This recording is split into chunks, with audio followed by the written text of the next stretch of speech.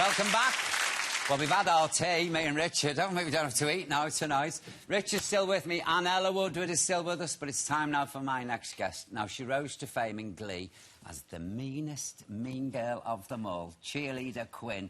And she's just crossed the pond and is about to wow the West End in a new play about the fashion designer Alexander McQueen. Will you please raise the roof for Dianna Agron? Let me hear you. Come on.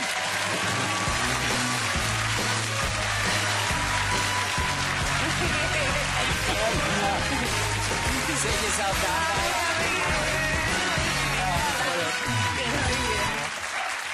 Dianna, I read that one of your guilty pleasures was watching Spice World, the movie. Oh. Well, there's the manager. Clifford. Right, Clifford? Yeah. Yeah, that's right. Do you know that movie, though, Richard? I mean, it was panned by the critics, but it made a fortune in the box office. And it was a send-up of the whole pop genre. It was amazing. Wasn't it? Yeah. It was like the Monkees film or Smashing Time, you know, Rita Toshingham. It was great. Anyway, welcome to the show. Thank you. Welcome to London. Thank you. Are you living here now? Yeah. Oh, are you? Yeah. So you've adopted us? Yeah. I've been here since December. Really? Yeah, I love it. And what have you been doing with yourself? I've been told this is a live show. Yeah.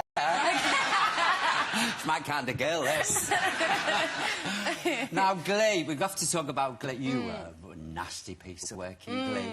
President of the Celibacy Club, and what does she do? She gets pregnant and blames some other poor guy for the baby, and it wasn't him at all. It was Puck, wasn't it? Yeah. But you were very nice to Mercedes when she had the weight problem. You were sweet to her, so she did have a good side to her, didn't she? I mean, when you get knocked up and you have to go through all that stuff. Yeah. But she was great fun, though. Did you like her? I loved it. And she was much-needed acid amongst the sugar of Glee, because Glee's very, very sugary, isn't it? And all about the underdog. Yeah. But did you enjoy playing that? I did. I mean, we even did things that you would never do. I mean, we played the O2. That's right. Here for a week, and you know, just the things that we were able to do because that we were family and our family, and so yeah. Do you know what was good about Glee? They took songs from popular songs and transformed them. So like stuff from I remember the young lad singing Rose's Turn from Gypsy, all about his father and stuff like. It was very cleverly done. Yeah. Although it was funny because sometimes on the younger scale of our audiences, they would come up to us and songs from like The Who and things like that, be like, "Oh my God, that's amazing that you wrote those songs." Like, no, we did not write those songs. Well, look, but it was just nice that you could kind of merge it and.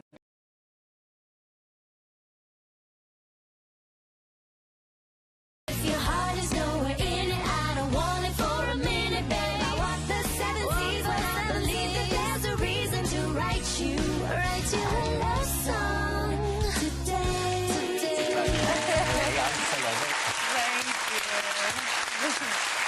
Do you know what I always thought about Glee? You were all so young when you were filming that. Yeah. How did you cope with the pressures of fame? Because it was massive. It was worldwide. Well, when there's that many of you. So you close and, like, ranks. Nobody can get away with anything. Because, yeah, right, you go get your own water.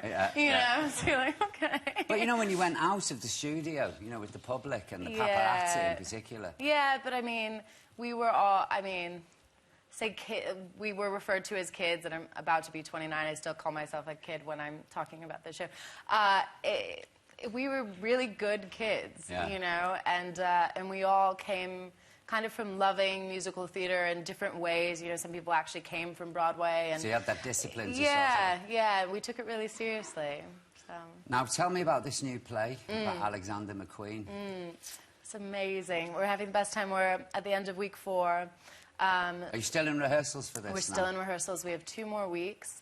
And just the team is incredible. We have James Phillips. I'm supposed to say hi to his mom, Francesca. Hello, Francesca. He wrote this beautiful play, and John Caird, our director, is just like such strong sensibilities. And Stephen White, who's playing Lee, there are days where I just stare at him because not only is he so talented, but he looks so much like him. And so to kind of be surrounded by this group of people, I mean, everybody involved is just really, really lovely and amazing and so dedicated. So I'm just having the time of my life. I knew him, you know, Alexander McQueen, Lee.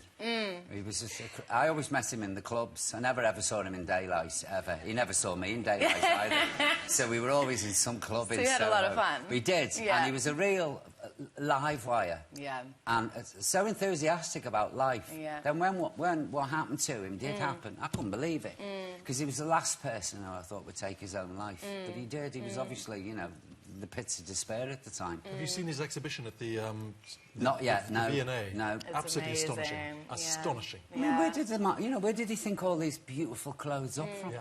I've got a jacket I've been told is vintage and to hang on to it. Yeah.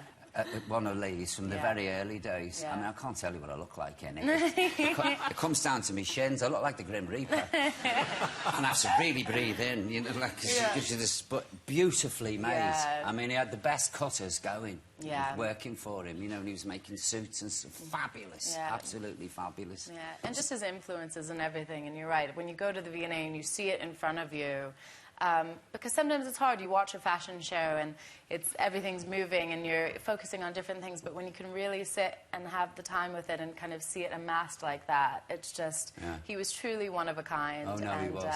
And with his work, with his spirit, with everything, yeah. Has this been one of your ambitions to play in the West End? Yeah, and it was always about finding the time when to do it. And in December, I was supposed to be here for a movie in January. So I was like, sweet, I'm here, find my place. And then it got postponed indefinitely. I was like, you know what, now is the time. So I emailed my agents and I said either here or New York, but like preferably here. And in the same week, in January, something came in from New York and something came in from here. And this was like won me over immediately. So I got very lucky, but it also feels like now is the time. Yeah. You know? Do you live in LA? You know, was that where your home was? Yeah, it was. See, I can't cope with LA. It might never be again. I know. To be honest, I'm kind of done. It's been 10 years. Yeah.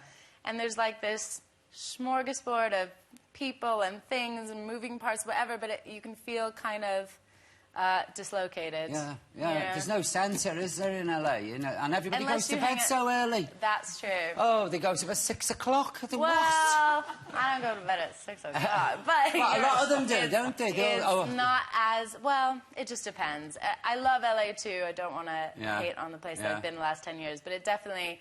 You know, there's things here that I remind like me. it as well. Yeah, Don't get me wrong. No. I find it confusing. It's like Alice in Wonderland time when I go to LA. Yeah, Because I'll go down Hollywood Boulevard and all these places, and people, because I'm walking.